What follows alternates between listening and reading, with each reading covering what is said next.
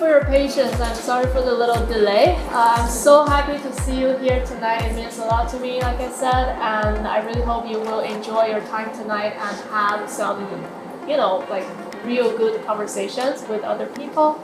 So first of all, I would like to tell you a little bit about Live with Who, my brand. I started this about a year ago as a personal project at the beginning, and soon it went so much bigger than myself. I realized deep conversation and real human connection is someone that everyone could benefit from. So I decided to push it bigger, to make it a business. And I started the candle company, and each candle it's not really for relaxation. It's not for you to light it up and forget it's there and just having your bubble bath. It's more for create this ambience where you can settle down and spend some quality time with yourself or with other people. Therefore, reflections. Each candle is designed after a question, and my answer is embedded in the scent. By lighting up my candle, I want you to think of an answer for yourself, no matter it's by journaling or having that conversation with your friend, whatever you do, try to find the answer for yourself. And that is the purpose of the brand. And tonight I'm so happy we gathered here so I can give you a little bit different flavor to do reflection as a group and also grow as a group. That being said, tonight our theme is my emotion tonight, because I feel emotion is something that we all feel it, but it's very rare that we actually talk about it. We don't even talk about it with ourselves. Sometimes you feel like, especially such as anger or fear, you feel them, but do you even have the words? Do you even know how to describe them out loud? That is the purpose of tonight. Next, I want to briefly introduce you the amazing artists we have tonight. Thank you so much for joining us. Millimetrik, DJ, and the producer. I'll give you the chance to introduce yourself properly later on. And Sarah, she is actress, singer, and also hypnotherapist. And for the venue, we have this amazing cozy cafe, Cafe Cantinova. The owner, Taz, is somewhere here, but you all see him on the back. Yeah, we met him very randomly, actually on social media. We reached out and he responded, and we just aligned with our visions, and we just let's do this together. Why not? As you can see, it's very analog. We're into music, and he's trying to make this place more of a music space. So feel free to, when you're in the neighborhood, come say hi to him and get a coffee or get a vinyl, whatever you want. We all receive a candle, right? Each one have your little yellow tea light with you. No.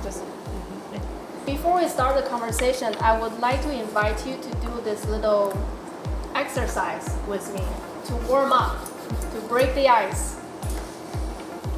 I want us to take a moment to arrive at the venue, arrive mentally, arrive emotionally. And tonight is about reconnecting with ourselves and others, and that requires presence, that requires openness. And to mark this intention, let's light up a candle to honor the space and honor the emotions that we carry. There should be match on the table. Just be careful because it's fire. Use the match to light up the candle and place it somewhere you feel is safe. Good. Sorry. Why? Oh, by the way, these little candles are made of pure beeswax, so they have the benefit of purifying the air. I didn't really put scents in it because I want the purified to be pure.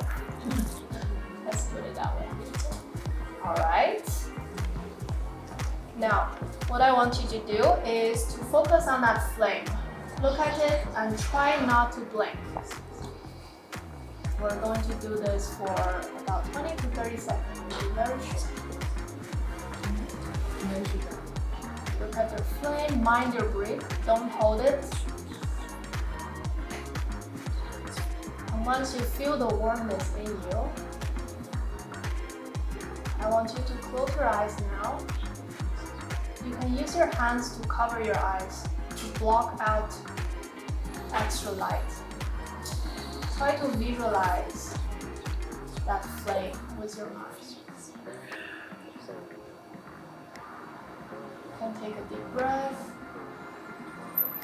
Just really focusing on that image.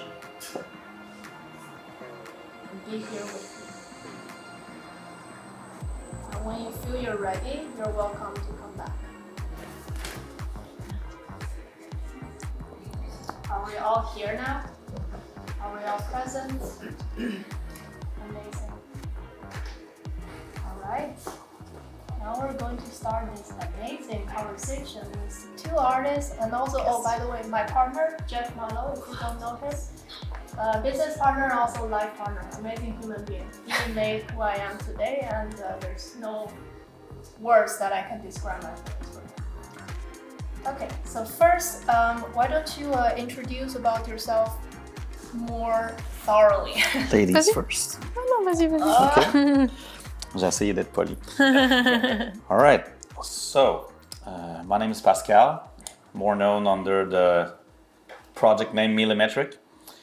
I've been doing this since 21 years now, so 2003. Yeah, I'm gonna split in French and English, no problem. And I first started play drums in rock bands. Then I was in charge of a little sampler, and I really enjoyed it. So I decided to start my own solo project. All sample based, like it would be hip hop, but it would be electronic music. And I had so much fun, I kept doing it since. I have 11 albums so far. I won 2 prizes for 2 of those. And I also produce music now for like radio jingles, comedy, modern dance, circus, stuff like that. So it's pretty much it. He's very humble, so I'm going to emphasize the awards he won because they're worth it. Il a gagné 2 Félix au Gala de la Disque pour meilleur album électronique. 2,19, 2,22. Ouais, merci. And Sarah? Je t'en prie. Yeah, so I guess everybody's totally fluent in both languages, so there's no preference. Okay. Well, hello. I'm Sarah Dagenais-Hakim. I wear many hats and I have many passions. So yeah, we can say I'm a multi-talented, multifaceted human. I started my career as a singer. Started doing also musicals when I was 18, and then went to acting school and started becoming an actress on top of it. I did mainly television. This is what I'm mainly known for. Plus en français, en fait, c'est ça qui est drôle de parler en anglais parce que les gens qui me connaissent pour des séries télé. Mon premier gros rôle, ça a été dans 30 vies. Je sais pas s'il y en a qui se souviennent de cette série-là. Donc, j'avais joué avec Guillaume le Métis-Vierge. Je jouais son genre d'amoureuse pendant toute une saison. Puis j'étais comme, oh my God, quel début de carrière! Puis, j'ai été chanceuse. J'ai fait plein de très beaux projets. J'ai été vraiment choyée. Puis, les rôles, mettons, les plus marquants, ça a été peut-être Lancer Compte, puis Victor Lessard, les 3 saisons. Y en a-tu qui l'ont regardé, Victor Lessard? Come on! Puis, c'est ça, je suis aussi toujours chanteuse. Et il y a 5 ans, j'ai eu un grand appel de contribuer au collectif. J'avais comme cette espèce de questionnement sur « What's my legacy? What is my legacy? How can I make this world better? When I die, what will I leave behind?" And then it led me to become a coach first and then hypnotherapist. And now I've been working as a hypnotherapist, trying to support people with their emotions and try to understand how their brain function. And instead of having their brain turn against them, become their ally. So in a nutshell, that's me. Hi. I'll just add on top to that because I went through Sarah's therapy, and in just the first session, she's already helping me having breakthroughs. highly recommend if you want someone to talk to and work with your brain instead of against it. Thank you. I'm honored. All right. So I'm going to start by just play this little warm-up game with you. I have some questions here. Not really question, but they're more like common understanding towards emotions. And I want you to tell me if you agree or disagree with those phrases and why. Okay, so the first one being, have you ever said, I'm fine, when you were clearly not? Go ahead. Absolument. Pour répondre. Ben, je pense que c'est une force d'admettre ça, puis qu'il faut avouer, puis que ça mène en général à quelque chose de plus positif pour la suite. Donc oui, ça demande au départ une certaine humilité ou je sais pas comment l'expliquer, mais il faut savoir se regarder dans le miroir puis dire bon, ok, je comprends, il y a un autre côté à tout ça, donc puis là j'étais pas du bon côté vraisemblablement, donc voilà, je l'admets, puis est-ce qu'on peut juste travailler là-dessus? Puis... It's a good idea. It's not just for the planets, but also like it's a message that you're telling. Exactement. Puis si on part de toute façon du principe que personne n'est parfait, ben absolument. Normalement, tout le monde devrait répondre absolument, mais c'est un autre débat. Of course, like so many times in my life, I've said, yes, I'm fine, when I was not. And it's funny because I have like two answers around that.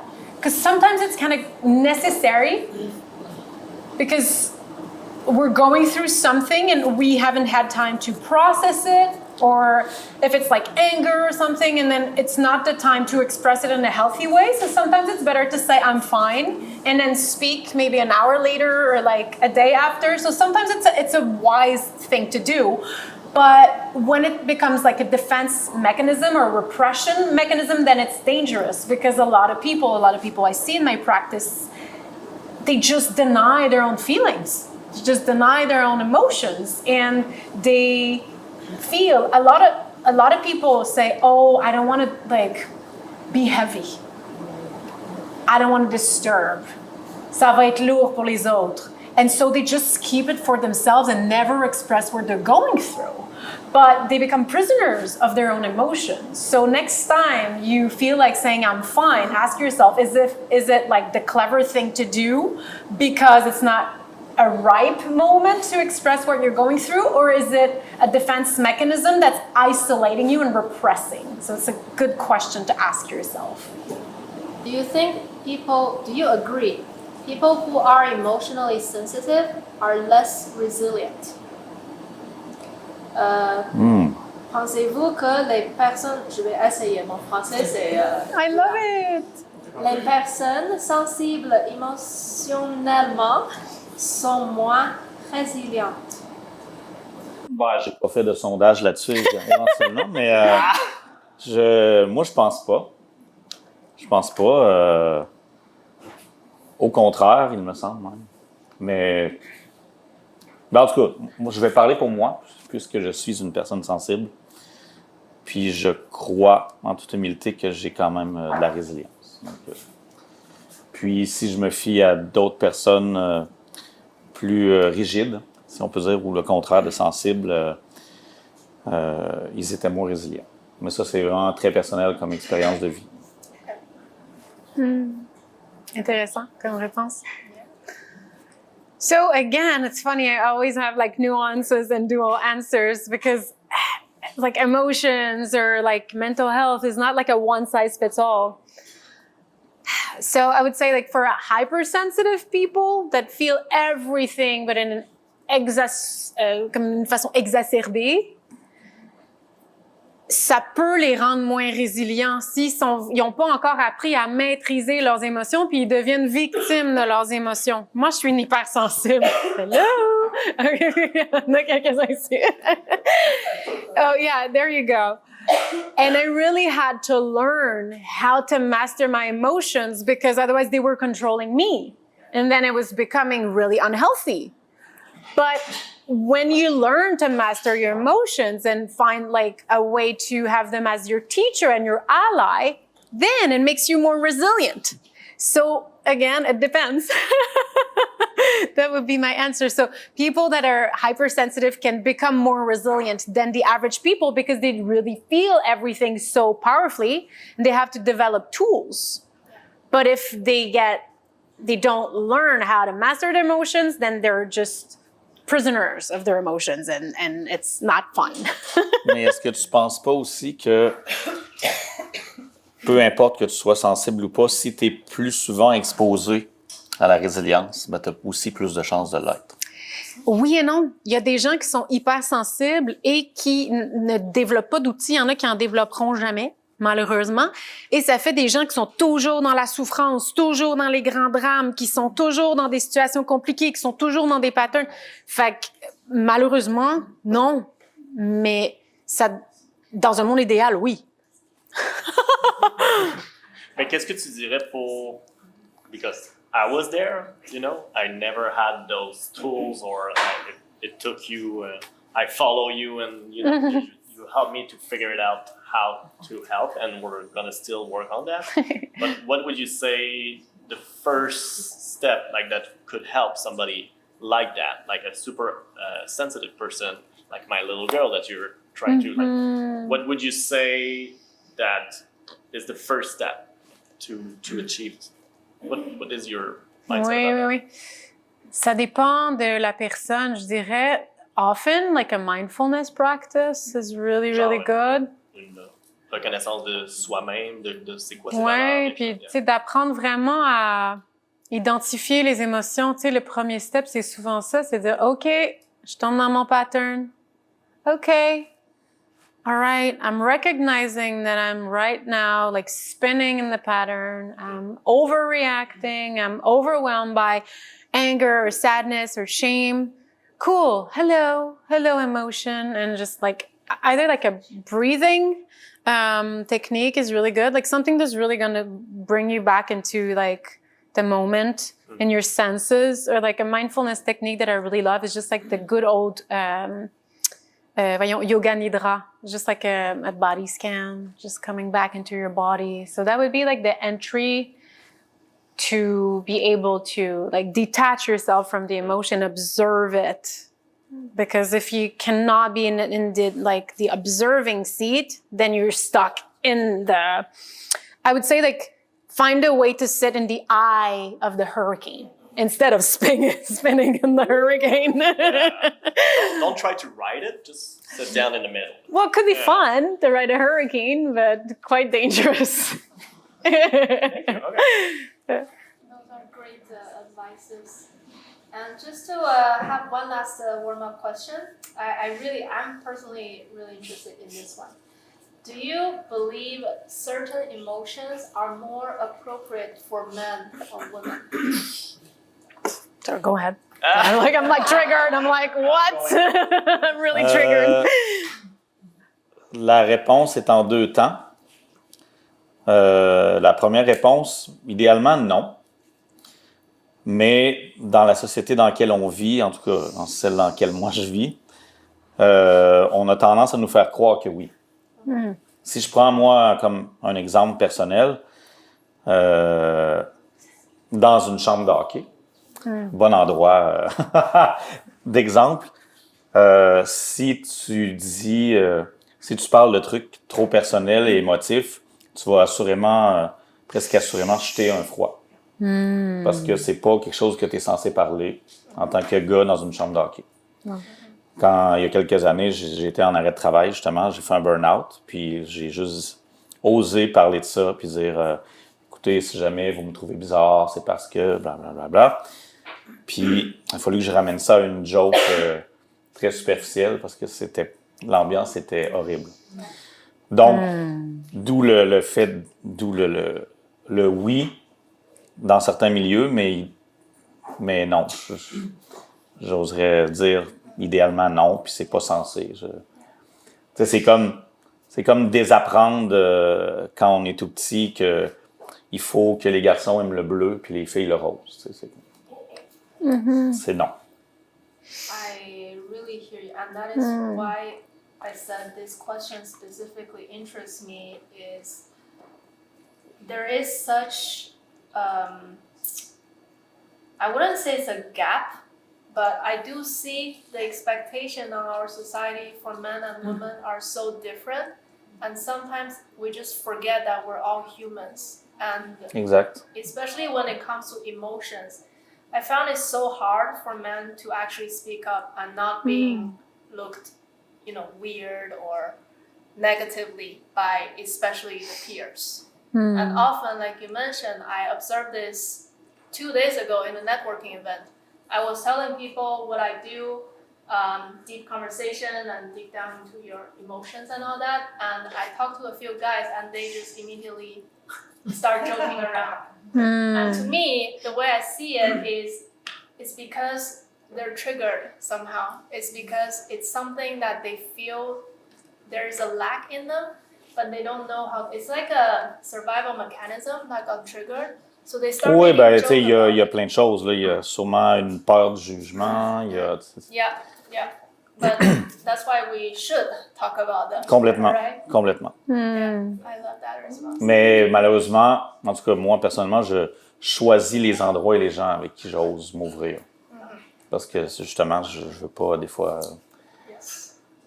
Thank you. And Sarah? Non, mais c'est qu'en t'écoutant, it just brought me back to, like, I have full body chills. A client I was supporting, and he had been through a divorce, and he was incapable of expressing his emotions. And you could tell he was in such deep pain, but he had completely repressed it. And after a couple sessions, he completely broke and started crying, and he couldn't stop. And he was so shook by crying. Like, he couldn't believe he was crying, and he was almost feeling shame from crying. I have so many chills. And he was like, is it normal? Am I normal? And he felt so bad for crying. And I was like, it is absolutely normal. What is not normal is repressing it. And it took him a couple sessions to really embrace his emotions. It felt like men should not cry, even if they go through a super hard divorce. Or it doesn't make sense. And it's infuriating that society has brainwashed us into that. And for women, it's anger that's tough to express. A lot of women have a lot of judgment against, like, raise your hand if you have a little bit of difficulty expressing anger as a woman. There you go. It's so tough. I'm the same. And I've been like... As a woman. Yeah. No, but it could be as a man as well. It's just that it's more common for women to repress anger and for men to repress sadness. Yeah. It's like, it's okay for girls to be sad. It's okay for guys to be angry. But it's unfair because every emotion is healthy. And every emotion is important. And it's something I really had to learn to feel safe to express anger. And in a healthy way. Like, because like anger, you can like throw it at somebody. Or you can, like I always say, anger is like nuclear energy. So it can be the most potent energy that like lights up cities for almost for free. It's the cheapest energy there is. Or it can like kill the whole planet, literally. So it's really how you use it. So do you allow it, like, do you throw it on somebody and like make the person or the relationship explode? Or do you speak, holding it in your hands, saying like, I'm feeling anger right now. Look at the anger. I love you, so I'm going to keep it in, but there's something going on. It's not comfortable. And then it becomes a light that lights up the relationship and the dynamic, and it becomes really healthy and it brings you closer. So yeah, I think all emotions are just normal for everybody. And we have to find ways to like be more comfortable with feeling and expressing our emotions, all of them, in a healthy way for ourselves and for others. He's like, yep, I'm resonating. If I can resonate. Of course. Yes, because like in my previous relation, the problem was that it's super hard to communicate those feelings. She was so angry, but I was not understanding why, and we didn't have the communication of, okay, this is how you feel this. So we went to therapy and like tried to figure it out what is. And I felt that at this moment, when you start just like, okay, I'm gonna be your partner, I'm gonna listen to you, and I'm gonna like figure it out. I feel that's where you start to get something. Like, so that's why we're doing it often.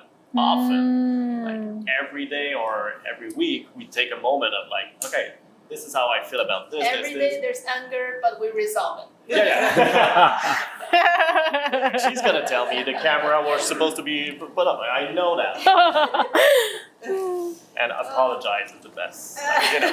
So I apologize. But it's such a beautiful example. Thank you for sharing vulnerably, because like everybody in relationships, we're gonna go through like moments where they feel anger towards their partner. But again, like, do you throw it at your partner and it hurts the relationship? Or do you say, this is what I'm feeling because of this, and it's tough and it's challenging and it's tough for me to express it, but I love you, so let's find a way. And then it brings light into the relationship and the dynamic, and then it's something that's positive instead of destructive. Exactly. Yes. Yeah. Totally agree. Awesome. So in this next part, I would like to dig a little bit more into the creativity part, the art part. So could you tell me, is there any particular emotion you find easier to express through your art? And on the contrary, what is the emotion that you resist creating with? I can't wait to hear Millimetrik on that. Le premier réflexe, j'ai l'impression, pour les musiciens, c'est que c'est toujours plus facile de composer quand on va pas bien, quand on est triste ou fâché ou peu importe, ou on traverse une période difficile. Puis quand on va vraiment bien, on est comme, comment je peux représenter juste la joie de vivre? Mais moi qui ai toujours fait de la musique quand même assez sombre et triste, on a eu la joie, parce que moi j'ose le nommer comme ça, on a eu la joie de vivre une pandémie. Parce que moi, ça a fait que j'ai réussi à faire un album de musique joyeuse. Comme j'étais enfermé chez moi, puis je trouvais ça très difficile, j'ai réussi à transposer ça en album lumineux. Puis je suis pas certain que j'aurais pu le faire sans la pandémie. Donc, pour répondre plus clairement, d'habitude, c'est plus facile de transposer les sentiments tristes ou difficiles ou de colère, puis plus difficile de transposer juste de dire que le soleil est beau aujourd'hui puis que je suis de bonne humeur. Parce qu'on a toujours l'impression que ça va sonner cheesy ou... En tout cas, c'est un rapport que j'ai avec ça, mais qui est en train vraiment de se blender, de se mélanger de plus en plus. Parce que j'ai plus envie autant d'être... que les gens pensent que je fais toujours de la musique qui va vers tel ou tel sentiment. Puis aussi d'essayer, c'est un beau défi d'essayer de mélanger les deux. Tu sais, surtout sur la durée d'un album complet, ben un album, c'est une histoire, c'est comme un chapitre de livre ou un livre complet même. Donc, d'une période d'une vie du créateur. Donc, c'est certain qu'il y a des moments de joie, il y a des moments de peine, il y a des moments de colère. Donc, c'est ce que j'essaie maintenant de faire à travers toutes ces étapes. T'aurais-tu genre une track? Y a-tu une track que moi je pense que j'en ai une en tête là, mais I really want to hear this one. Y a-tu une track que t'es comme, okay, that one like represent a big emotion that you have? Oui, ça serait sur mon album Make It Last Forever, que j'ai fait un peu comme pour un hommage à mon père qui est décédé. Puis lui, il aimait beaucoup les soundtracks à la Ennio Morricone, puis les trucs très western spaghetti. Puis, fait que je suis allé carrément dans le désert, là, dans le sud-ouest américain pour m'imprégner, puis revenir, puis faire ça. Donc, ça serait une track de cet album-là. Si jamais les gens sont curieux, on la fera jouer tantôt. Ben oui. Thank you for sharing. Plaisir. I was assuming the opposite. actually. So what you said is really interesting. That's the way it works. Voilà la bonne raison de faire ça. Every artist, I think, have this, but yeah. T'as pas répondu, par exemple, à l'aspect c'est quoi une émotion que t'aimes pas créer avec ou que t'évites? Oh, il y en a pas vraiment. Non, OK. Non, c'est ça, c'était... Je l'évitais pas, mais j'étais pas capable de transposer juste la simple joie de vivre. Mais non, sinon, non, j'ai pas parlé d'espoir, mais j'aime beaucoup transposer l'espoir en musique. Ça peut être toutes sortes d'affaires. Dans mes travaux, plus de type commande. Tu sais, comme si j'ai fait une trame pour le cirque il y a 2 ans, puis la thématique, c'était juste les camps d'été de vacances, quand on était jeune. Donc, c'est juste de se transposer à l'époque d'avoir vécu un camp d'été, d'essayer de faire ça en musique. J'ai même fait un morceau pour l'architecture d'un bâtiment. C'est essayer de transposer les lignes d'un bâtiment en son. Donc, non, il y a rien d'impossible. Il faut juste, des fois, creuser un peu plus fort. Très chouette. Je serais curieux de voir, genre, t'as-tu créé une émission Mais après, avec tout le ça... building, le building, je la vois joyeuse, je vais mettre de la musique, genre. Non, c'est plus comme vraiment, tu sais, une ligne droite versus une courbe ou le matériel du béton versus du verre. Tout ça, ça peut se transposer en son. OK. Ben, je crois. Ouais. Ben, ça peut donner une vibe. C'est très subjectif, là, mais il y a quand même des études là-dessus, puis des façons d'exprimer les matériaux. Wow. Puis ça m'intéresse vraiment. On parlera d'autre chose, là, le sound healing plus tard au pire. Yeah. Parce que là, je suis là-dedans ces temps-ci. Oh, yeah, Nice. nice. Ouais. On va faire un autre collab, je sens. Yeah. We're going there. And how about you, Sarah? Well, to me, it's the extremes. So usually I think for most artists, but I'm going to speak for myself, it's like either l'allégresse or like deep sadness. It's like it makes you want to express, and there's something really liberating, and there are emotions that are like overpowering. So you really need to go in and just do something about it. You don't even sometimes think. It's like you're overwhelmed with grief, and then there's a melody that comes through, and there's something really cathartic. That's another trick for those, I was going to say for those of you who are creative, but everybody's creative.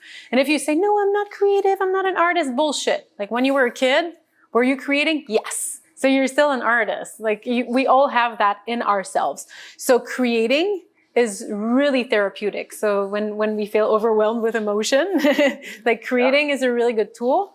So I would say like, yeah, the extremes of sadness and bliss. And an emotion that I've been struggling with and talking about it publicly is very vulnerable, but I think as part of my own healing process is shame. I've realized that I'm carrying lots of shame, and I'm still like, it's not because I am a hypnotherapist that I've got all my shit together and I'm on top of everything, you know? No. And I've been working on that in the last couple of months. I'm like, oh, that stinks. It's not fun. And maybe I should write a song about that. And I think it would be really, there's somebody like, yeah. Mais je pense qu'il y a beaucoup de gens qui résonnent avec ça, la honte. Puis c'est vraiment une émotion qu'on n'aime pas voir. Je pense, en tout cas pour moi, c'est une des émotions les plus difficiles. Puis Brené Brown a fait un TED Talk sur la honte. Et c'est, à ce jour, je pense, le TED Talk le plus écouté de tous les temps. Donc, il y a quelque chose là. Mais, ouais, c'est ça. Shame is a challenging one for me. Voilà. Si je peux, because I'm an artist too, I do light painting and everything. And during my depression, light painting was one of my tools. I needed this to get through it. So I created an exhibition called Terra Light. It's basically abstract lighting. I can put it on the wall later, but and it was my way to just not like a letter of suicide in a way. Like it was my way to say like, okay, this is happening in my emotion and everything. I need to release it, and it helped me a lot. So basically, I just and after that, I used this exhibition to go through gallery and venue to just showcase it and talk about it. And more I do it, more it made me grow and made me strong. Getting over Yeah, getting over it and everything. So yeah.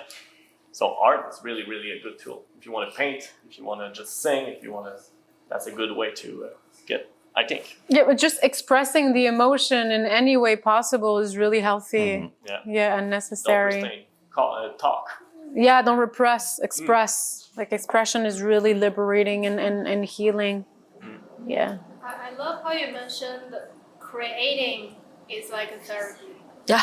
It's the way to, you know, help you process the emotions and eventually get over the emotions.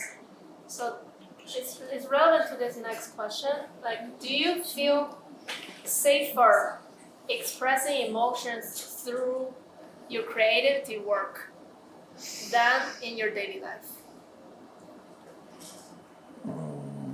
Je dirais pas safer, je dirais juste que ça n'a pas le même effet sur moi, puis ça s'exprime différemment. Donc, mais oui, c'est certain que je dirais plutôt que safer, je dirais plus facile. C'est certain que, tu sais, comme là, ces temps-ci, ma mère est en fin de vie, j'ai déjà plus de papa, puis là, c'est très intense. C'est pour ça que j'ai choisi le collant bleu. Donc, ce qui est le plus facile pour moi, c'est de m'installer pratiquement tous les jours depuis 6 mois à juste au moins commencer une chanson, essayer des trucs avec le son. Parce que ça me fait du bien puis c'est facile. Mais à côté de ça, quand même au quotidien, j'essaye de juste parler de ce que je ressens puis comment je vis tout ça. Donc, je pense, non, c'est ça. Pour moi, c'est pas safer, c'est juste plus facile d'aller avec ce qui est simple pour moi, c'est-à-dire faire de la musique, mais ça prend les deux. Fait que si je comprends bien, il y a un nouvel album qui s'en vient bientôt, right? Ben, oui, il y a plein de choses qui s'en viennent. And Sarah, how about you? It's a good question. I think I'm comfortable expressing my emotions in general, both in a creative manner and in my life. But again, like shame is something I'm learning too. And you know, we have some blind angles. And I work with that a lot and with the people I support in my practice. But like, sometimes we don't see the ones we have, and the shame was really in a blind angle. So it's something I've learned to, like I said, I'm hypersensitive. So I was really overwhelmed with my emotions. It was messy, so messy when I was younger. And it was really hurtful. And I really hurt myself and I hurt people around me because I didn't know how to manage my emotions. And I had to develop tools. And that's why now I'm good to help people because I had to help myself first. But yeah, I'm like, oh, okay, now I have to develop tools with shame right now. So I'm not super good yet, neither in creation or in real life, but it's a beautiful challenge. So yeah. I'm wondering, for people that are not really comfortable, like you mentioned, if they're not really comfortable doing artistic creation work in their daily life, what would be a nice way for them to release that emotion or process that emotion other than being creative? Yeah, I have 2 answers. One that you can do with yourself and one that you can do with someone you really deeply trust. And I'm going to speak specifically about shame because it's the one that I'm navigating, but I think it can apply to any emotion. For shame, and Brené Brown speaks about that. For those who don't know her, she's a researcher, and so she's a super geek, and she's such a fascinating and wise woman. And she says that shame cannot exist in the presence of someone who hears what you're ashamed of and receives it with love and compassion.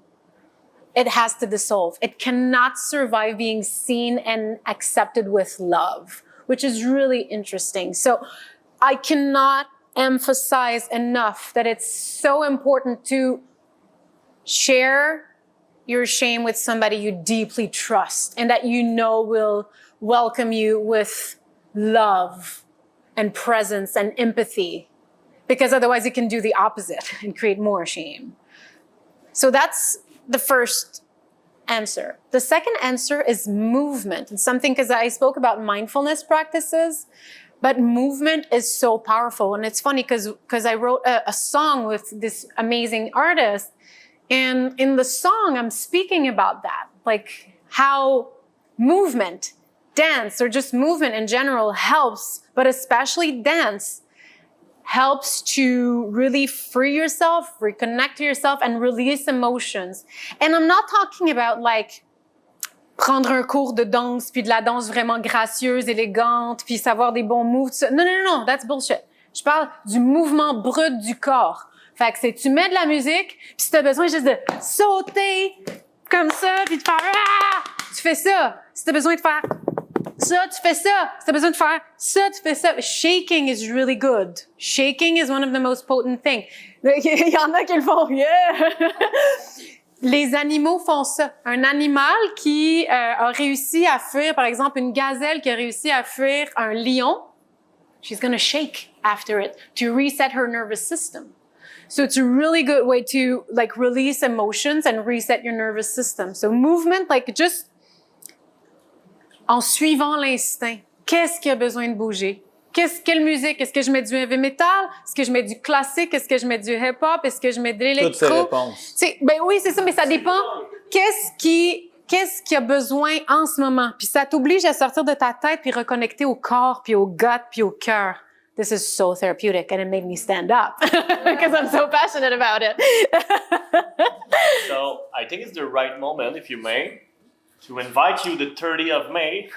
We're doing our first ecstatic dance in another venue, Will Soul Sing, that we start. So yeah, Live With Who and us, we're gonna create a new dance kind of way to reconnect and everything. Right, baby? Yes, yes, we're gonna do that.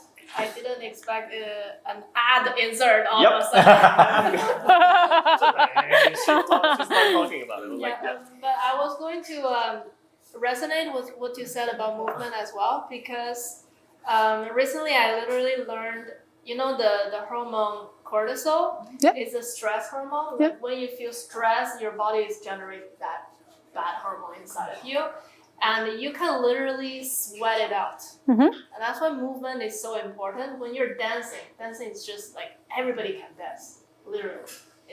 Don't think about judgment, no need to take a course, just move your body and sweat, and that's going to help with your body to release all of those cortisol, getting it out of your system, and then your stress is just gonna go down, and as a result, the emotions, the good emotions, the positivity are coming back to you. So I really, I love those two ideas that you gave. Thank you for that. All right, so the next part, I want to talk about what shaped our emotional understanding. So the question is, do you remember a time where you surprised yourself emotionally during a performance? Did it happen to you? Moi, oui. Entre autres parce que je travaille avec seulement des échantillons sonores. Donc, j'échantillonne un peu comme un producteur de rap à l'époque. Donc, dans la recherche de sons, tu tombes sur des sons qui te procurent des trucs dont tu t'attendais pas. Puis que des fois, tu peux écouter la même petite boucle de 3 secondes pendant 6 heures de temps parce que t'es obsédé par ça. Puis t'es comme, qu'est-ce qui se passe? Je comprends pas. Donc, c'est pas tant dans le live, dans un spectacle, que dans le live d'écouter les sons en question que je cherche. Puis que ça m'est arrivé cette semaine d'ailleurs. Donc, j'ai tout bâti un morceau en 3 heures à partir d'un petit son de rien parce que le son m'obsédait. Je faisais juste jouer des trucs dans des banques de sons. Puis là, je suis tombé sur lui. Puis je deviens fou là, complètement. c'est autant physique que mental, ça passe à travers moi. C'est pour ça aussi qu'il y a certaines chansons que les 3 premières notes, elles parlent, genre, ou juste un... Oui, puis moi, c'est pour ça que je persiste et signe à faire de la musique à base de sampling, parce que ça me procure tellement de bien que...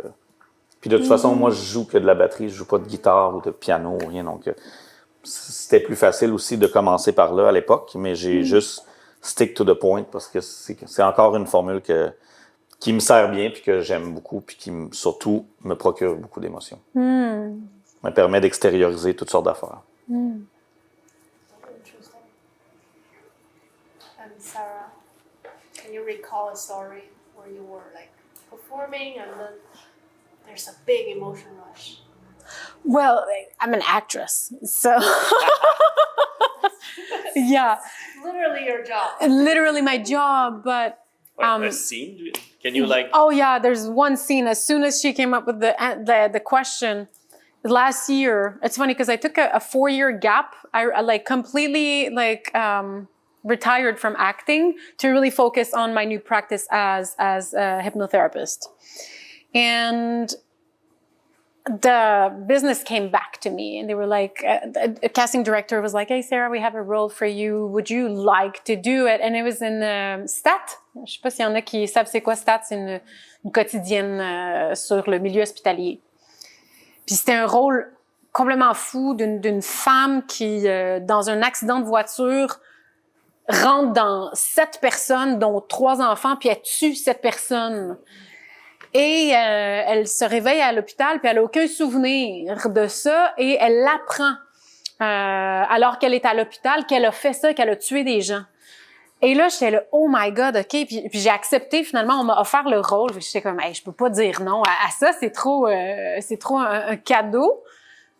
Mais c'était très intense, puis je me disais, oh là là, tu sais, c'est quelque chose est-ce que je vais être capable de rendre ça? Puis je me suis pratiquée tout ça, puis on set, en fait, il y a 2 choses qui me viennent, là. Sur une quotidienne, le rythme est effréné, OK? Puis les acteurs principaux, est-ce qu'il y en a qui savent c'est quoi STAT? OK, cool.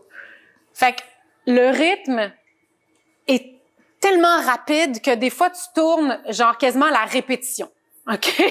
Fait que you gotta be ready, you gotta be tight. And imagine if you have to play something so intense emotionally, but everybody in between takes are like just moving the light, joking around, laughing, and then at like, okay, 3, 2, 1, action, you have to go like, I found out I killed 7 people, and like cry your life. And so you really have to, it's like the other way around, like you have to find a way to be really in mindfulness, not to stop the emotion, but to prepare to give the emotion. And so I was really proud of myself. Like I just put headphones in my ears and playing like very intense nostalgic music. I was playing, voyons, la chanson de, c'est-tu Trainspotting? Non, ça chante pas, c'est juste un instrumental. Non, je vais le trouver, je vais vous le faire jouer tantôt. C'est pas grave. Mais je pense que c'est Trainspotting. Il y a une toune comme qui se peut pas là.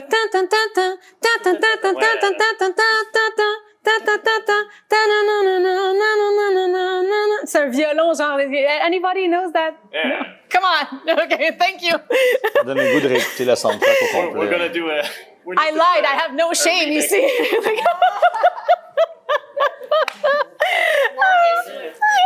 you never saw that movie, you need to see it. It's a really good movie. But my point is that I was listening to that song and then I played the scene and I really surprised myself by the level of like grief and sadness and shock that I could actually convey and play. And when I watch the scene, I have chills. It makes me want to cry because it's so like, so intense. And to be able to really feel what a human being would feel finding out that they killed 7 people. I don't recommend it to anybody because it's really intense. But at the same time, I'm really proud and in a creepy way, I found it really fascinating because it allows me to understand human nature in a better way. And it makes me, I think, a better therapist because I understand human emotion and what people can go through because they went through this as well. So Let's not yeah. follow her later on driving. I'm a super good driver. No, the girl had a virus in her brain and then she lost consciousness because of the virus. She didn't do it on purpose. Yeah, so that. Talking about empathy, I just remembered something I read recently, and I feel it's a good thing to share in this occasion. If you feel you cannot really express your emotions, there is actually a good way, I could say a suggestion or advice, that a practice that you can do is to read a fiction. It's different from watching a movie. Watching a movie, you spend 2-3 hours max, and it's usually like very exaggerated, very fast, and after the movie, it's more entertainment.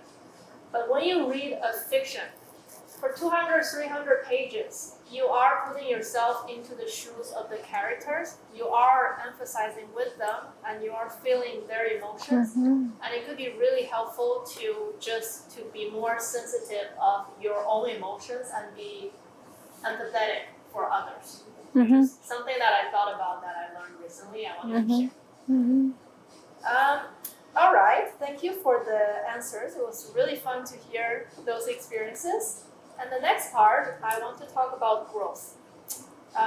So I think we touched upon it a little bit, but I want to ask, what is something that you are still learning about your emotions today?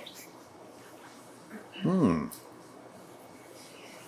can start, Sarah, if you want.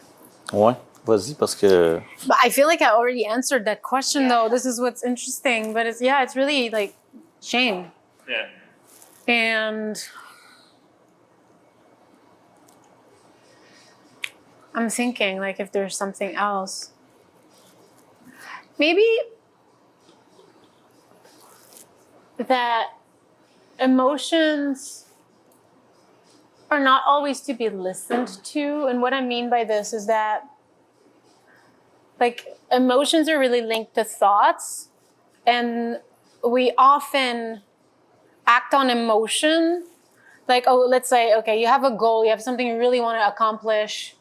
And you say, okay, tomorrow I'm going to do it. I'm going to, I don't know, like, I'm going to shoot my first shot at building this business.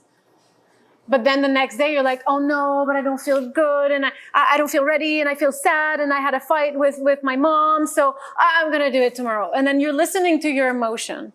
And it's like, sometimes you just have to, okay, yes, I feel this. And I'm still going to act. And I'm still going to do. And I'm not going to listen to the emotion. Or you can like say, hello, emotion, I feel you. But I'm not going to let you overpower me again. So it's something that even I have to learn sometimes to apply. But yeah, I think I feel like I have answered that question. Like, Yeah. Merci, j'ai trouvé mon point. Cool. Avec ça. Moi, c'est complètement le contraire. Cool. Parce que avant,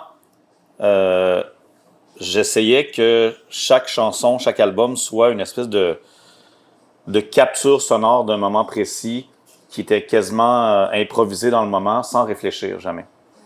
Puis je me redemandais pas le lendemain, est-ce que c'est assez bon pour le mettre public et tout. J'ai toujours tout mis public, ce que j'ai fait. Et maintenant, c'est le contraire. Là, je m'assois, je prends plus mon temps, je remets tout en question. Puis si dans le moment où j'ai fait le truc, je filais d'une telle façon, mais j'essaie de me replonger là-dedans et voir si j'aime encore ça, puis que ça va où je veux que ça l'aille. Puis après, je le mets public. Donc, c'est le growth dans le fait de justement prendre plus de recul puis de temps avant de tout laisser aller. Parce qu'avant, c'était très rapide. Là, les 3 premiers disques, je les ai faits en dedans de 2 ans là, au départ. Wow. C'était jamais réfléchi beaucoup. Là. C'était juste... C'était émotionnel, genre, let's go. Ouais, mais d'une façon irréfléchie. D'une façon juste ressentie, garrochée pratiquement. Là. Tandis que là, maintenant, c'est ça... Je m'intéresse à d'autres choses qui font que je prends plus mon temps et c'est plus réfléchi. Yeah. Mais je veux pas non plus tomber dans est-ce que c'est assez bon puis attendre 10 ans avant de laisser aller. L'opposé n'est pas mieux non plus. C'est juste de trouver un équilibre là-dedans. Puis que ça aille à moyen long terme pas une guérison, mais que ça puisse aller plus positivement dans certaines émotions que je veux exprimer. Ça dépend en fait du travail que tu veux faire. C'est ça. Oui, aussi, exact. Ben, tout revient au fait que là, j'aime me poser des questions là-dessus par rapport à avant où j'étais juste dans un laisser-aller sans réflexion. I do believe in the power of reflection. I try to do it every day now. I'm like training myself to do more of those. And by the way, that's the point of those candles. It's for your reflection.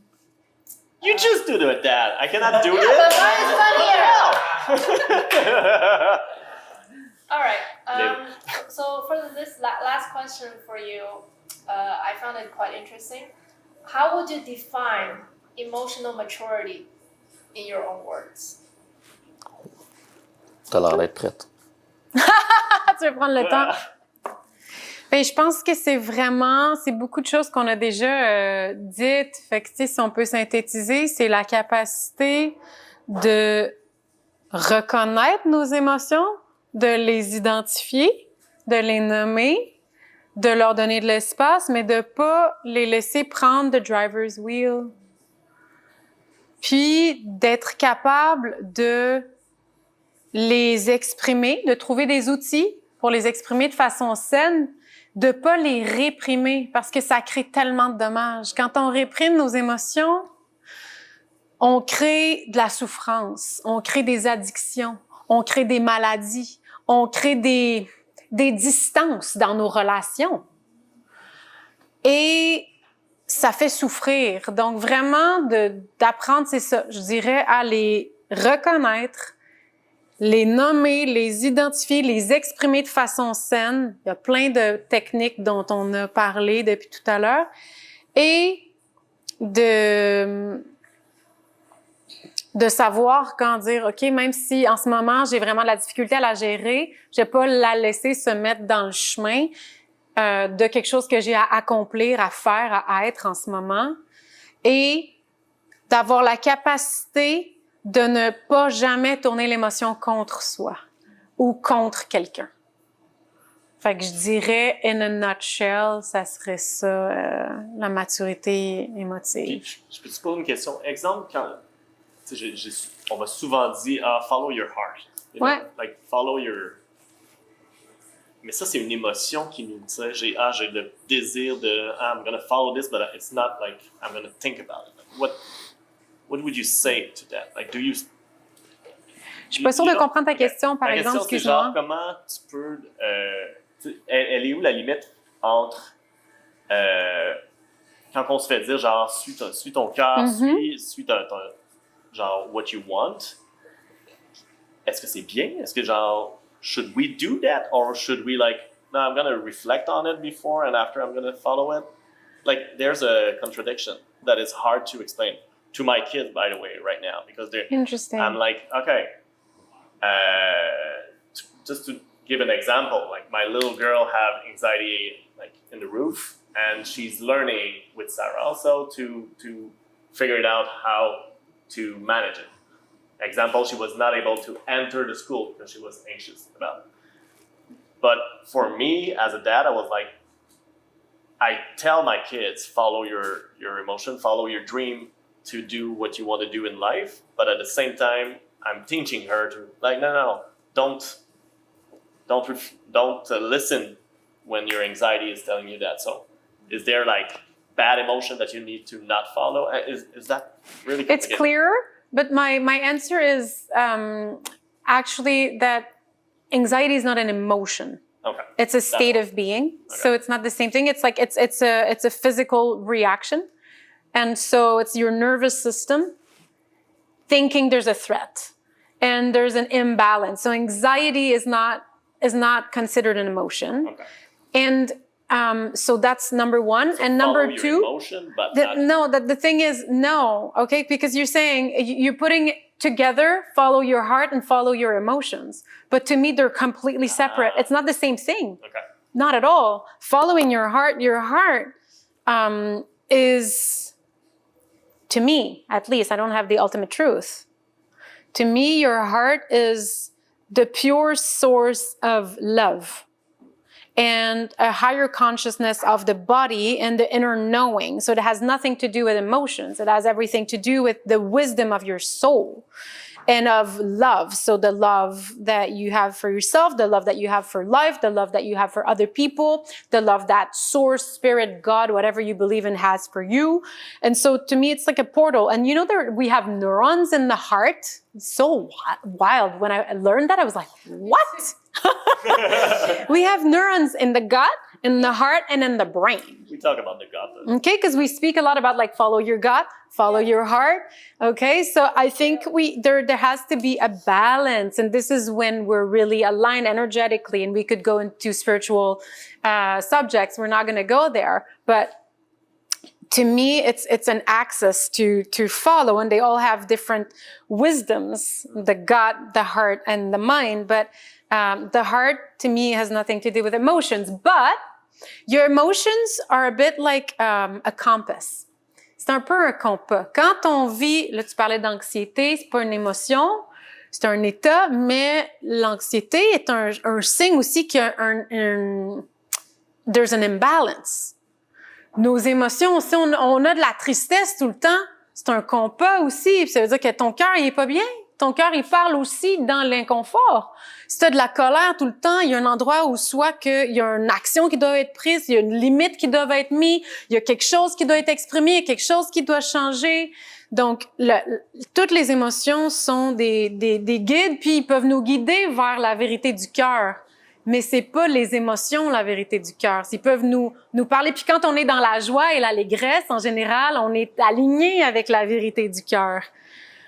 Encore là, il y a des joies et des allégresses, mettons, artificielles. Fait que là, il faut faire attention à ça aussi. Mais sans prendre trop de temps pour répondre à ta question, est-ce que ça... Thank you. Okay. I want to add something to this. I think even if you consider emotion and heart as equivalent, you need to follow it with awareness. And you need to make your decision based on your knowledge of yourself. You cannot just follow it blindly. I think that would be my take of when should I follow it, when should I not. You need to be aware of what you are following exactly, and what is the consequences, what's the impact it has on you and other people, and then you follow it. Emotional maturity. Oui. Dans mon cas, j'en avais un peu glissé un mot tantôt. Comme avant, j'étais dans un état d'esprit où c'était le moment présent, puis c'est tout. Je prenais pas le temps d'identifier les émotions dans lesquelles j'étais quand je créais. Donc, savoir les reconnaître maintenant, savoir travailler avec elles au pluriel. Puis ensuite, ce qui m'intéresse maintenant à travers mes émotions dans ma créativité, c'est que moi, je propose une musique X à des gens. Je raconte des histoires en quelque sorte, mais je veux pas que... faut trouver la balance de transposition des émotions. Je m'explique, c'est que si j'ai fait une chanson dans laquelle moi j'étais vraiment triste ou fâché, je veux pas nécessairement que la personne qui va l'écouter ressente la même chose. Je veux qu'elle se réapproprie la chose avec ses propres émotions, son propre vécu. Donc, c'est de réussir à pas trop imposer mes émotions dans ma création. Bref. Mieux les contrôler à travers aussi ça, les rendus. Ouais. J'espère que c'était clair. Yes, very interesting. Thank you so much for this discussion. I loved every single bit of it. And before we go to Q&A, I know that you have a new video coming out on your YouTube channel. Oui, pour ceux qui s'intéressent. Oui, en fait, c'est ça, j'ai une chaîne YouTube pour ceux qui sont intéressés d'aller voir, où il y a quelques clips même que Jeff m'a fait. On travaille ensemble, ça fait longtemps. Mais là, j'ai inspiré d'une certaine tendance mondiale à filmer des longues sessions de DJing. Là, ça dure 1 heure dans ce cas-ci. Je suis allé dans un super lieu dans Charlevoix qui s'appelle Repère Boréal. Puis il y a une cabane à 10 mètres de haut où on voit toute la nature, le fleuve et tout. J'ai fait filmer ça professionnel avec des drones et tout. Puis c'est dans un paysage hivernal. Là. On a fait ça il y a un petit peu moins de 2 mois. Puis la musique qui va avec, en tout cas à mon avis, va vraiment bien avec. Donc c'est L'idée, c'est d'écouter et de regarder une chose qui va vous faire vivre un espèce de voyage d'une heure. Puis c'est la première fois que je le faisais, puis je suis vraiment très content. Fait que c'est de ça que j'avais envie de parler ce soir. Wow. Si je pouvais me faire une petite pub là, pour mes choses. Ah, je l'aurais fait. Puis merci pour l'accueil ici aussi, parce que moi, ça va dans mon sens. Tu sais, Thank you. j'ai une grosse collection de vinyles moi-même à la maison. Je paye très cher pour avoir ma propre musique sur le format vinyle. Fait que tout ça me parle beaucoup, là, que vous ayez choisi ce lieu-là. Et si on veut t'encourager autre que d'aller sur ta chaîne YouTube, si on veut se procurer tes albums, parce que la réalité des artistes et des musiciens, c'est que les plateformes de streaming rapportent des scènes noires. Fait qu'on des centièmes de scènes noires. Les gens qui n'ont pas des centaines de millions de views n'arrivent pas à bien gagner leur vie avec la musique. Donc, si on veut t'encourager, on achète ton album sur iTunes, des trucs comme ça, ou c'est quoi la meilleure façon de t'encourager? Directement. Pour les musiciens, des sites comme Bandcamp, c'est nous qui gérons tout, puis Bandcamp prennent juste 5%. Donc, sur Bandcamp. C'est ridiculement pas cher. Donc, tu sais, si je vends un vinyle 40$ sur Bandcamp, ben il me reste 95% du prix. Donc, ça, c'est la meilleure façon, mais... Des shows live. Mais, tu sais, moi, bon, ça peut sonner cheesy, mais juste de recevoir un mail que quelqu'un a écouté une chanson puis qui a vraiment aimé ça, ben ça marche aussi. C'est une autre forme d'argent pour moi. Ouais. C'est une tape dans le dos, ça vaut cher, ça. C'est clair. Mais merci de le nommer. Ben, c'est normal, mon Dieu. Voilà. And, Sarah, you have your practice as well. Do you want to tell us a little bit more about that? How can we reach you or like Instagram? Ben oui, absolument. S'il y en a qui sont curieux, qui ont dit « Hey, il y a peut-être des petites choses que j'ai envie d'aller rencontrer, des angles morts ou des patterns. » Ben c'est ça, j'ai ma pratique, j'ai mon bureau comme hypnothérapeute. Je suis aussi artiste, fait qu'il y en a des fois qui aiment même explorer de façon non conventionnelle en utilisant la voix, par exemple, le mouvement. Sinon, j'ai vraiment ma pratique plus conventionnelle pour les gens qui veulent pas aller là. Donc, vous pouvez me contacter sur les réseaux sociaux. C'est Sarah D-Hakim. Et puis, sinon, par courriel, peut-être, s'il y en a qui veulent le noter, c'est sarah-d-hakim@gmail.com. Ça va me faire plaisir de vous accueillir, de vous recevoir avec plein d'empathie, de présence et de compétences. Don't worry, I'll include all of those information in an email and I will send to you after the event. Puis peut-être une chose que je veux dire, parce qu'il y a beaucoup de gens qui disent « Oh mon Dieu, l'hypnose, c'est épeurant. » Je suis pas comme Mesmer, là, vous allez pas perdre complètement conscience, puis vous êtes pas dans un état où tu as aucune idée de qui tu es, puis je peux te faire la poule si tu veux. Ben, je pourrais vous faire la poule, oui, mais je ferais jamais ça. J'ai un code d'éthique, j'ai un code de déontologie.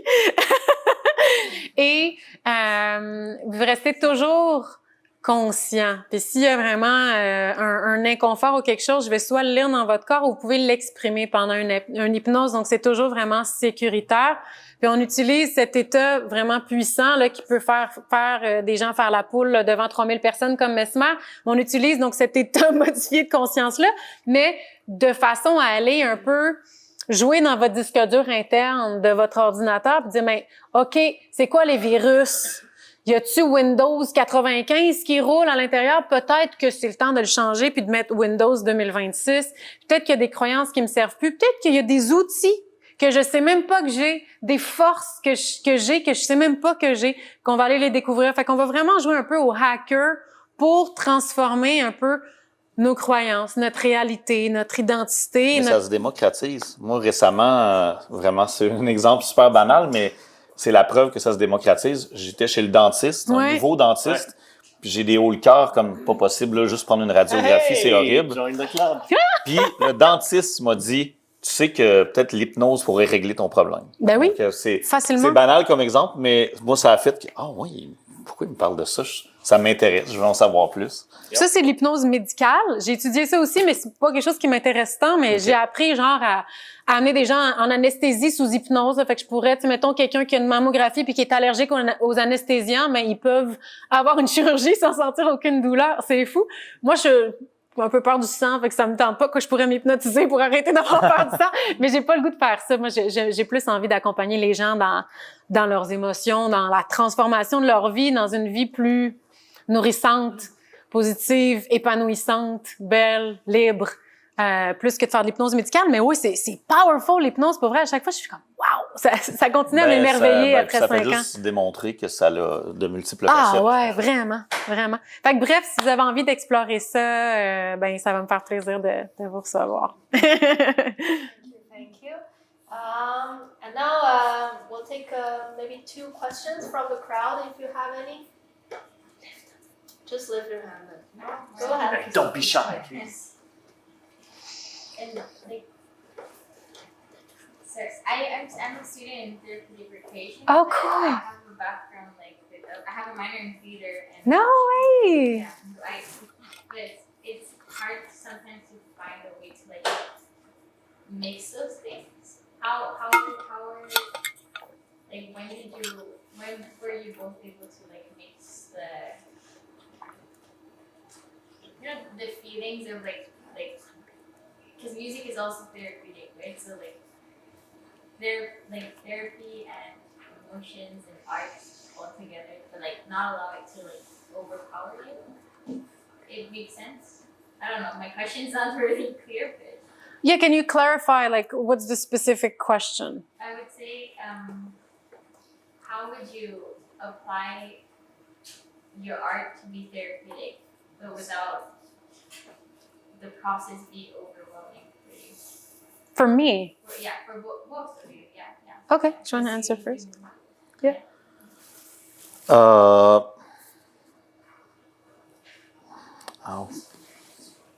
Actually, the answer is going to be really boring because I just think it's an easy process for me. Even I'm happy, I'm sad, I'm mad, music is always the first answer for me to just let things go, let emotions go. And I truly believe that there's all kinds of music, any kinds of music, but there's music for everybody that would do the same. It's quite rare that you see somebody that never listened to any sound at all.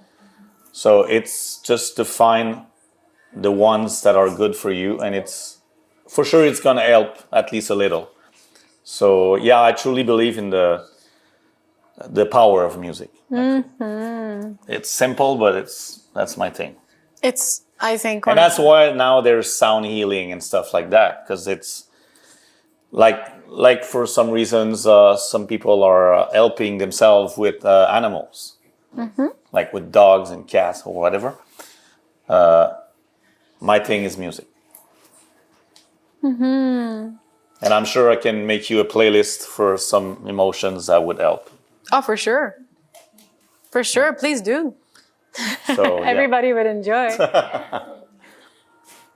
Yeah, I think to jump on what you're saying, music is one of the most therapeutic thing there is, and it's like a universal language. Everybody understands music. That's right.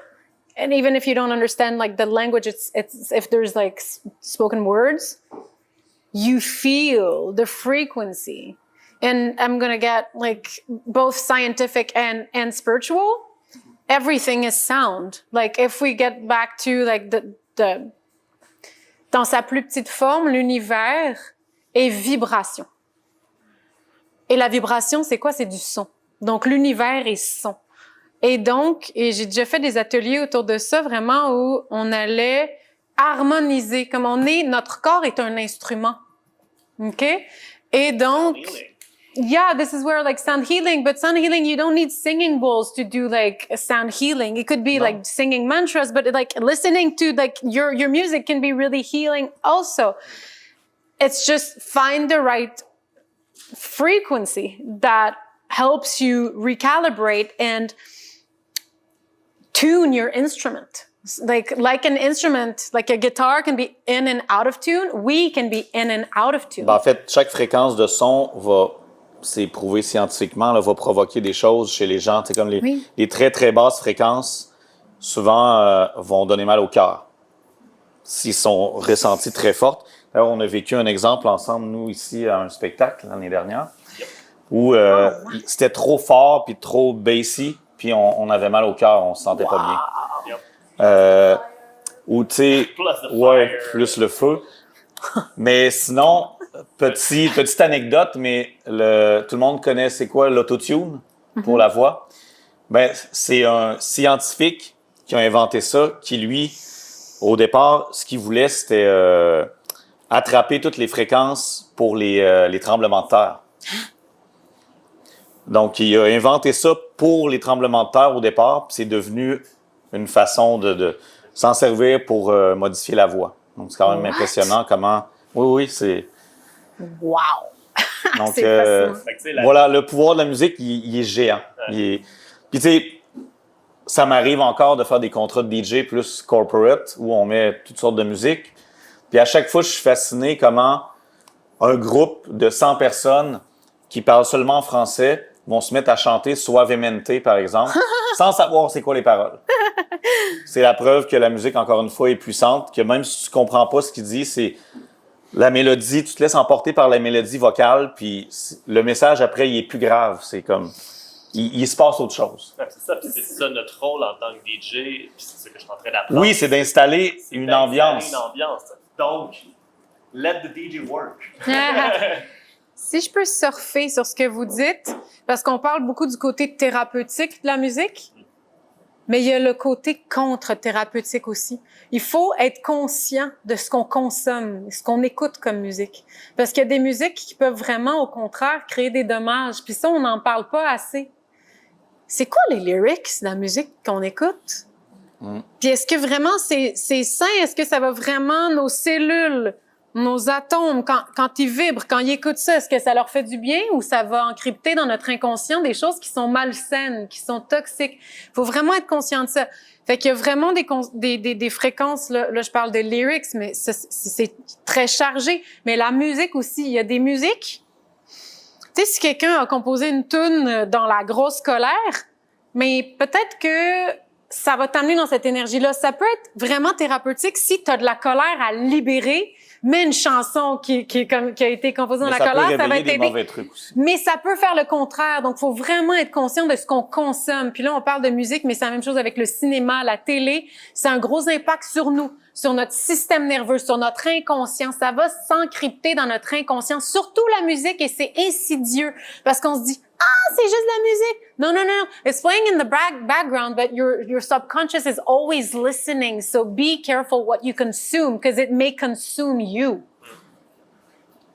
Puis, tu sais, pour ta question, on est comme parti dans tous les sens, mais pour revenir, si je me souviens bien de ta question, c'est comment utiliser nos arts et la thérapie pour nous aider soi-même. C'était bien ça? OK. Fait que je dirais deux choses, moi, des outils que j'ai enseignés dans des workshops, mais que je mets en pratique souvent dans ma propre vie. Chanter, c'est extrêmement thérapeutique pour tout le monde. Fait que juste faire, mettons, du humming, quand on est stressé, quand on sent qu'on a de l'anxiété, juste un good old... Mais oui, ça sert à tellement de choses, le humming. Le humming, ça peut calmer un bébé qui pleure.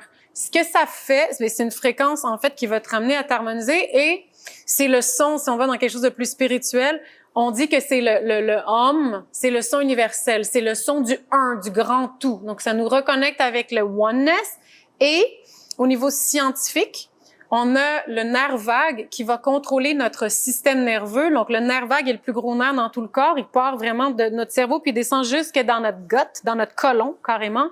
Et il va toucher tous nos organes principaux et il passe à travers notre boîte vocale.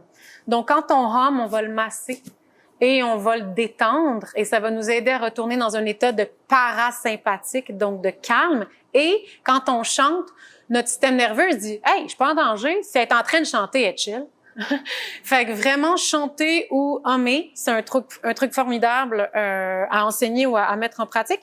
Puis pour le acting, pour toi, ça va résonner, je pense. J'avais développé un atelier où j'invitais les gens à voir c'est quoi, mettons toi, OK? C'est quoi une qualité que tu dis, hey, mon Dieu, ça me manque vraiment. Puis si j'avais cette qualité-là ou cette force-là, ma vie serait complètement différente.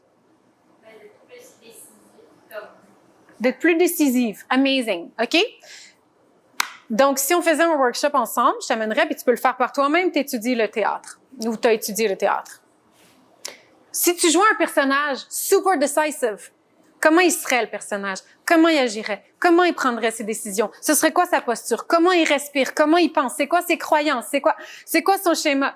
You can build a character that's decisive, then you can become decisive. Embody that character that you're building. Become it. On joue tous un peu un personnage dans la vie, tout le temps. Fait que c'est comme si il est bien huilé, puis on l'a développé au gré de l'éducation, des rencontres, des traumatismes, des forces, des désirs, des préférences. On a créé un personnage, mais on peut le changer. Fait que d'utiliser des outils de jeu, c'est vraiment powerful. Fait que voilà, c'est ce que je te dirais. Aussi, je vais renchérir Ben là-dessus, juste pour finir, parce que là, on s'étire un peu, mais moi, au départ, mon background, c'était drummer de rock. Puis j'aimais beaucoup la dualité entre le fait que j'aimais le sport, puis le sport de contact, puis tout ce que ça me faisait de bien de frapper la batterie, bref, pour extérioriser d'autres émotions à travers la musique en plus. Donc, j'arrivais à trouver un tout pour plein de raisons différentes. Fait que si vous cherchez une façon d'extérioriser physiquement des émotions avec de la musique, la batterie, c'est vraiment excellent. Tes casseroles, ça fait un job. Oui, oui! Moi, j'ai commencé avec des grosses chaudières avant d'avoir les moyens de m'acheter une batterie. Okay, we'll take one more question if there's any. Come on. Any question? I think we went pretty thorough. Ça veut dire qu'on a bien répondu. Okay. They need their drink. Oh, we have one. Yeah. Maybe a quick one. You mentioned sound healing a couple of times. Yeah. I was just wondering what that is about. Pour ma part, c'est quelqu'un qui m'a introduit à ça versus le son des synthétiseurs en musique électronique, puisque moi, c'est plus ma pratique, mais il y a plusieurs facettes au sound healing, là.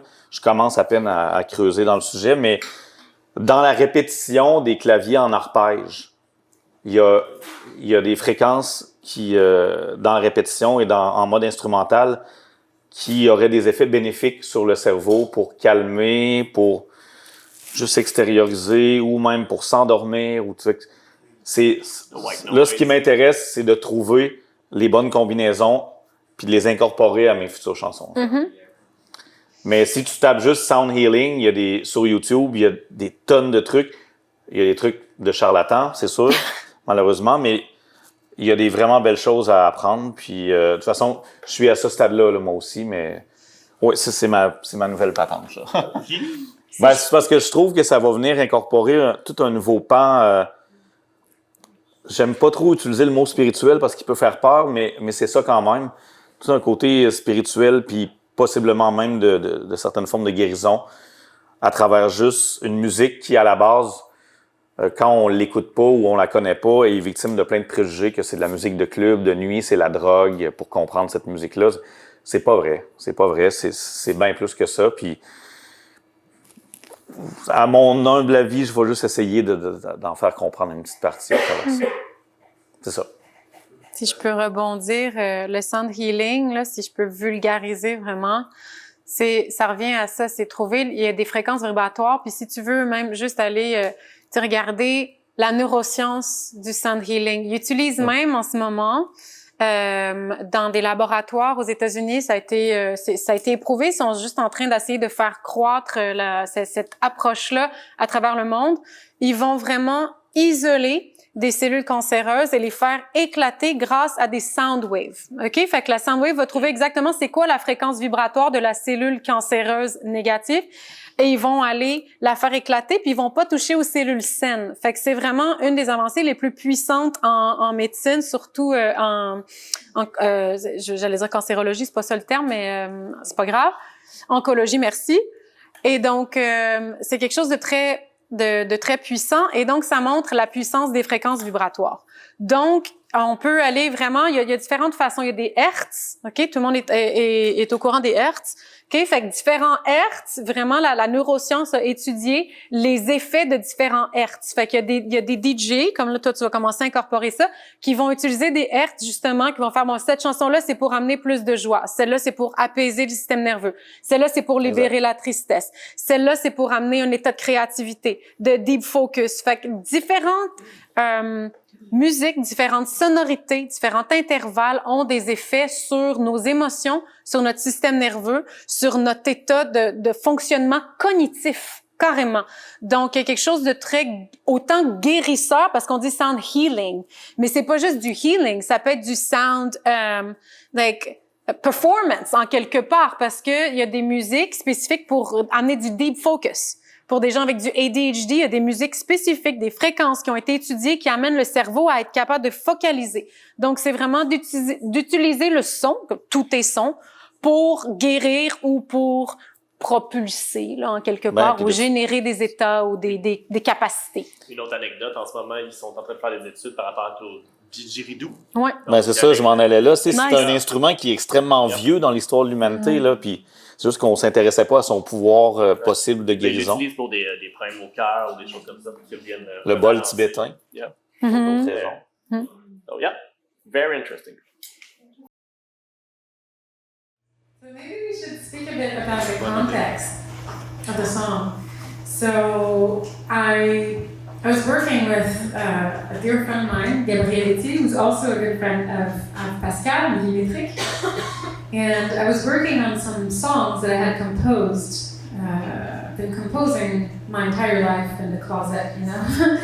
And I was like, okay, I'm ready to share my music. And I was working.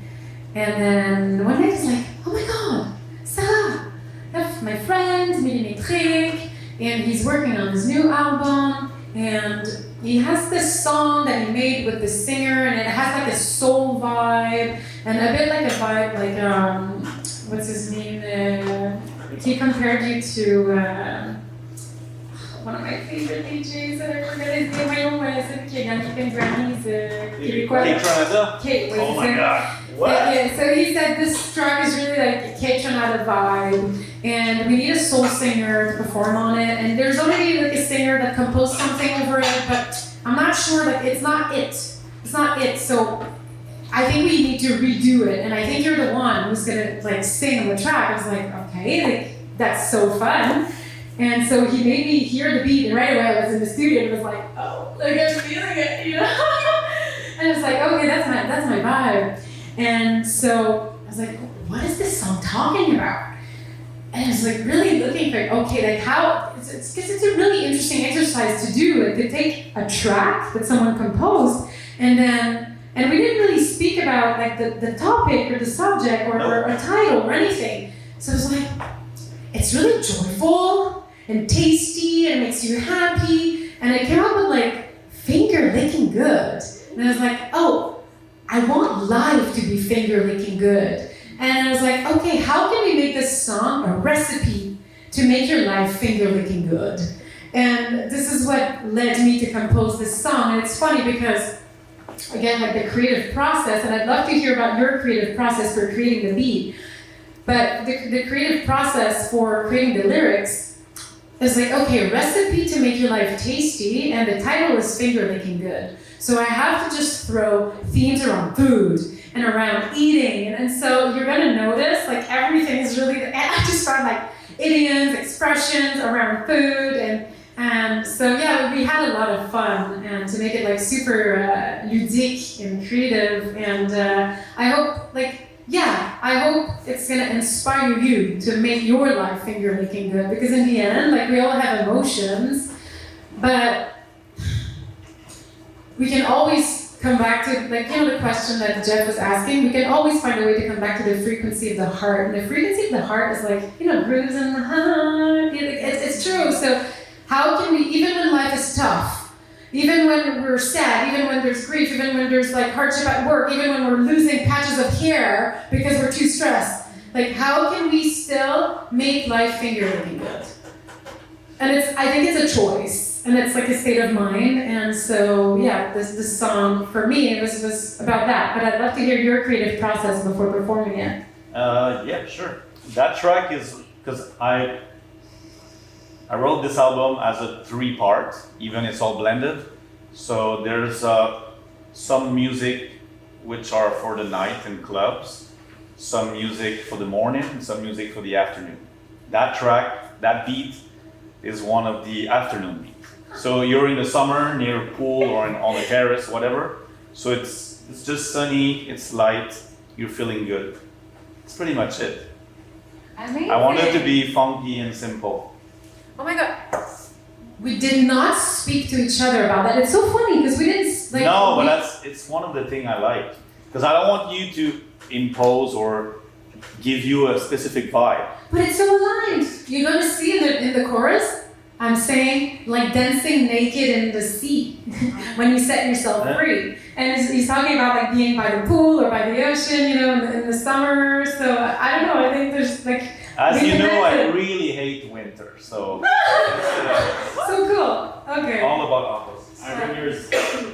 So let's try this. We never performed it. Yeah, exactly. Yeah, I never sang it live. Feeling ready? Yeah, I feel